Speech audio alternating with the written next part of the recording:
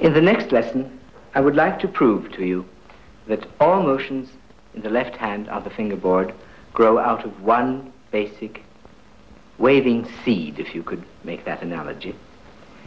It is true that we have to vibrate, that we have to shift, that we have to use different fingers, but all of these begin at the same point, and perhaps we can begin at that point now. First of all, I would like to give you two basic exercises merely to strengthen the fingers.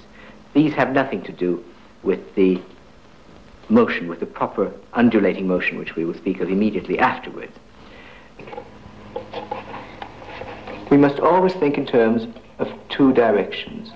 The one outward, away from our body, pulling the violin away, the other inward.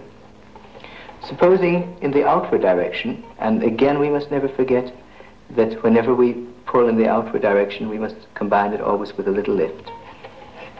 We go into the extended position of the finger. The finger is extended and pulling away. Keeping up the same pull, we bring the finger by its own efforts into the bent position. And then we can release slowly, or we can release quickly.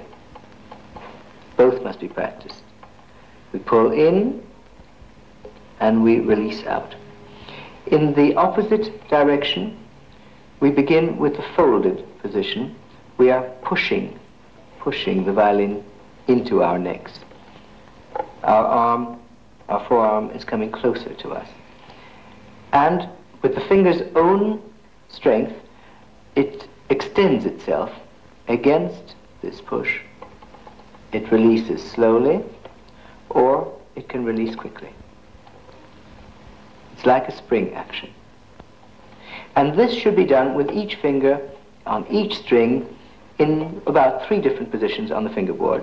Approximately here, not at the very end, because you won't have space to spring back. Approximately the middle of this neck. Again, somewhere where the shoulder begins to be felt, the shoulder of the violin, and again above the shoulder. That is the first exercise. Would any of you like to see the